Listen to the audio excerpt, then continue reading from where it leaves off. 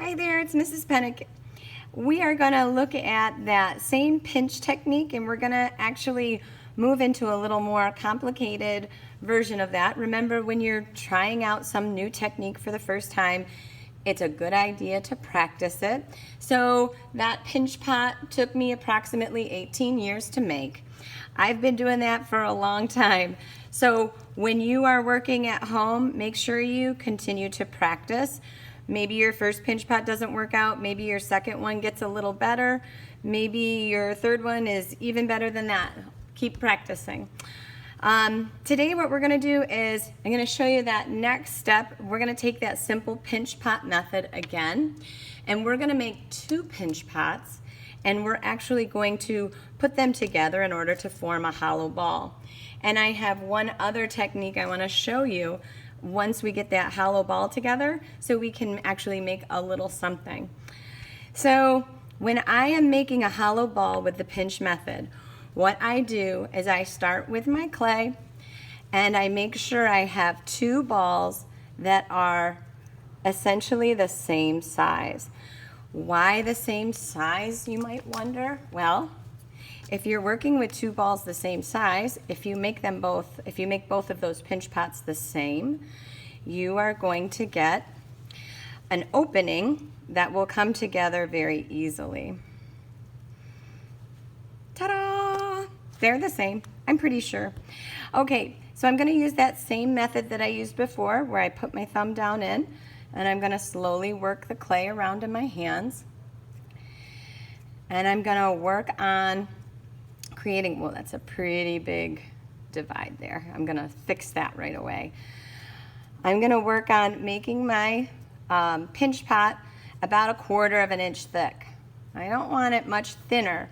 I'm going to have some problems if I go to attach the two pieces together and that rim isn't strong enough to hold it. Okay, so that went pretty quickly because my ball that I was working with was pretty small. Okay, so there's one, and here comes its twin,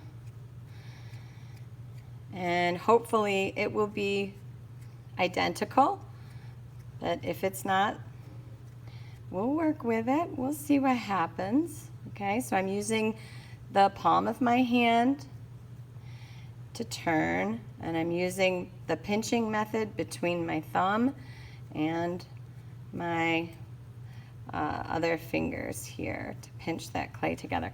And if you're not sure, you can stop and take a look, see if they line up, match up.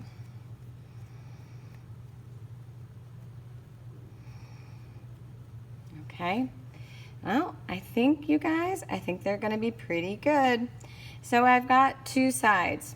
How do I attach these? Well, this is where our good old scoring tool is going to come in handy again. And we're actually going to be using our slip as well. What I'm going to do is I'm going to take and I'm going to rough up this surface. This is a technique called scoring and slipping. So the clay really likes to be rough when it connects to another piece of clay. That is the way to get pieces to stay together forever. All right, so I've got them scored up. I'm going to take just a little bit of my awesome slip here, my clay glue, made with my patented recipe of water and clay. So if you're at home, you just take some water, put some clay in it, let it get soupy, and there you have it. Now I put them together and then I blend the clay on top. So I usually like to sing the song from the 2001 Space Odyssey, where the two pieces are coming together like bum, bum, bum, bum, bum, bum, bum, bum, bum, bum, bum, bum, bum. It's together! Yay. All right, so what I would do next is I can use my finger, right? That works. But I like to use a wood tool. So sculptor's thumb is my favorite. This is another one. This will work just fine. And I start to push that clay back and forth over that seam.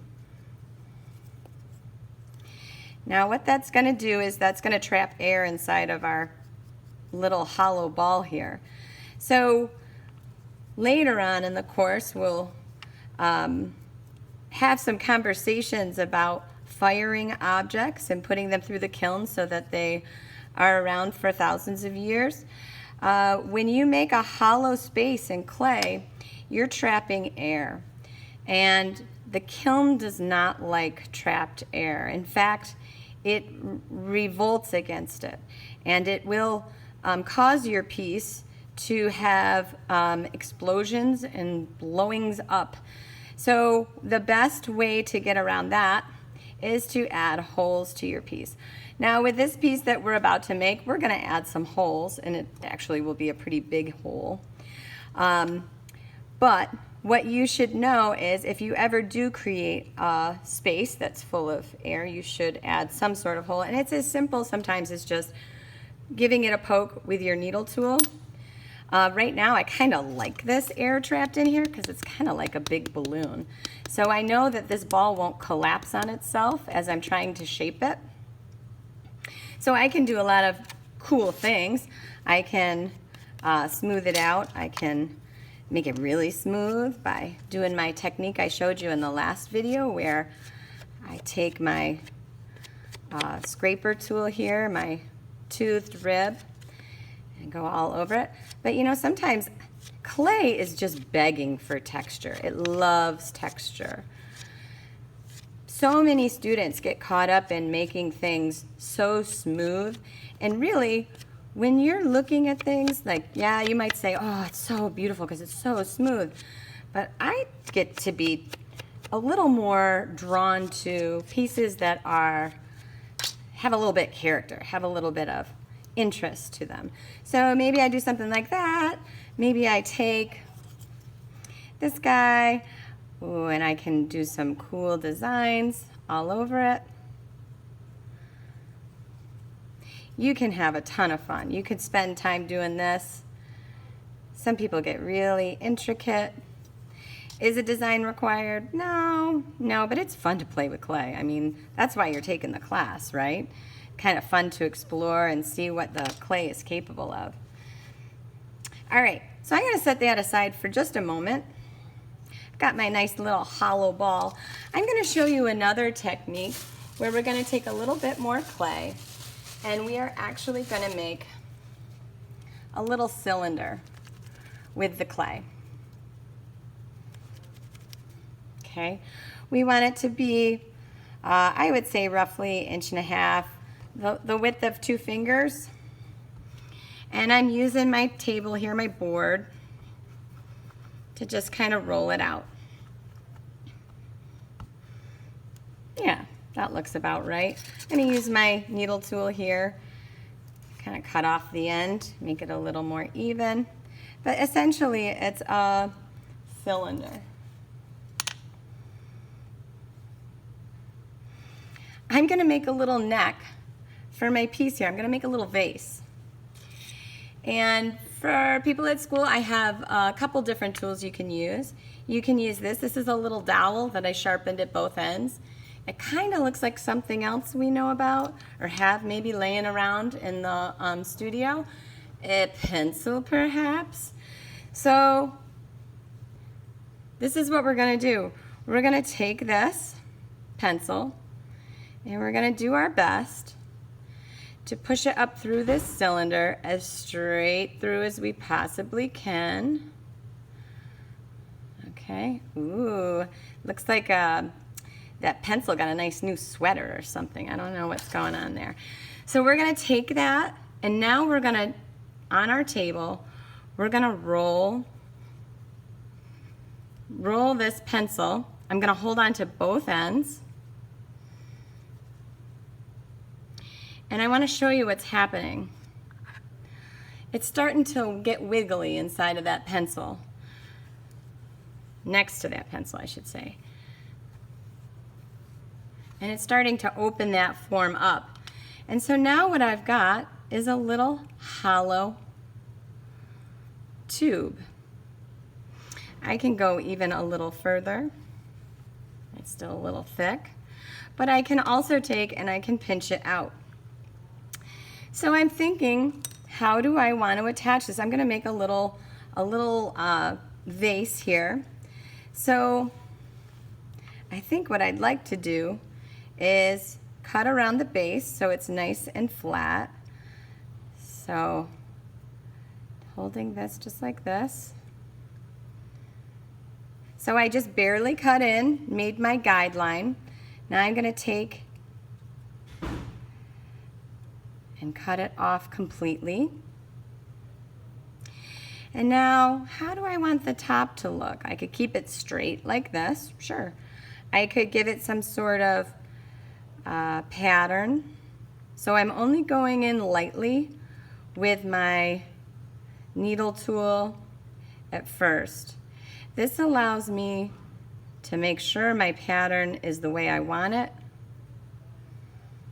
That looks pretty good. I'm willing to go for it.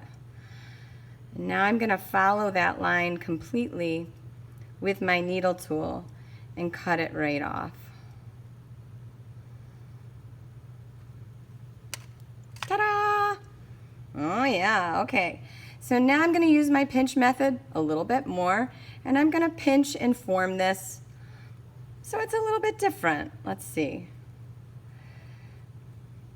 Maybe I'll make it kind of thin towards the edge so it looks a little bit delicate. Ooh, that looks nice. Looks kind of like a flower, maybe. Could potentially hold some sort of beautiful something, or pencils, I don't know. This clay right now is at that plastic stage, so it's really easy to manipulate it and kind of pull it and push it.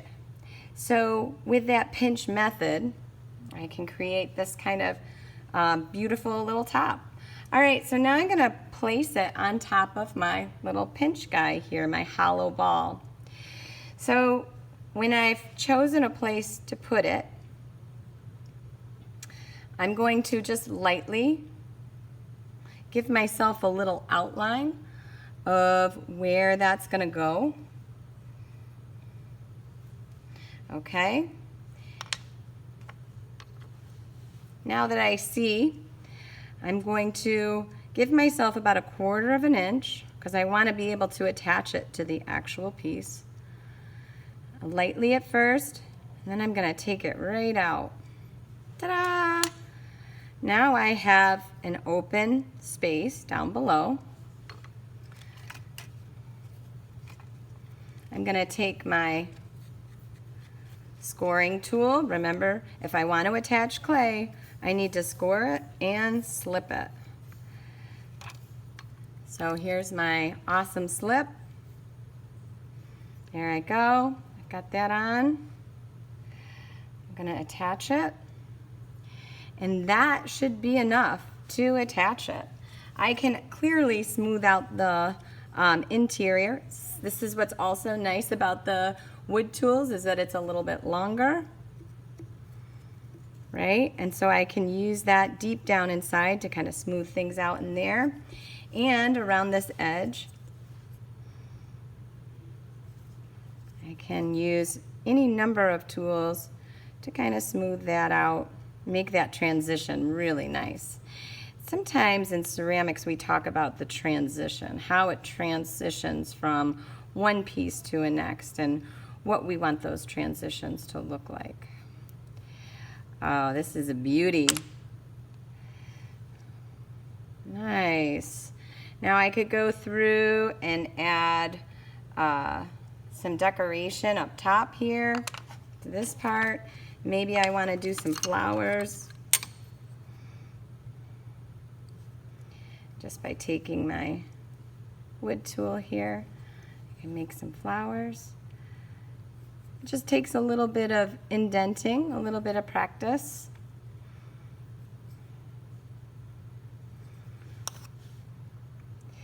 And come on, you. Love my, gotta keep my tools clean so I don't get that a lot. And maybe I'll do a little one up here. So that's the pinch method. Those are some really cool things that you can do with the pinch method. I might take a second here just to flatten out my bottom and leave the texture off of the bottom so that I can put my name. I highly recommend using the wood tool versus the needle tool, because remember, the needle tool is for cutting and you don't want to cut your bottom. There you go. Have a good one.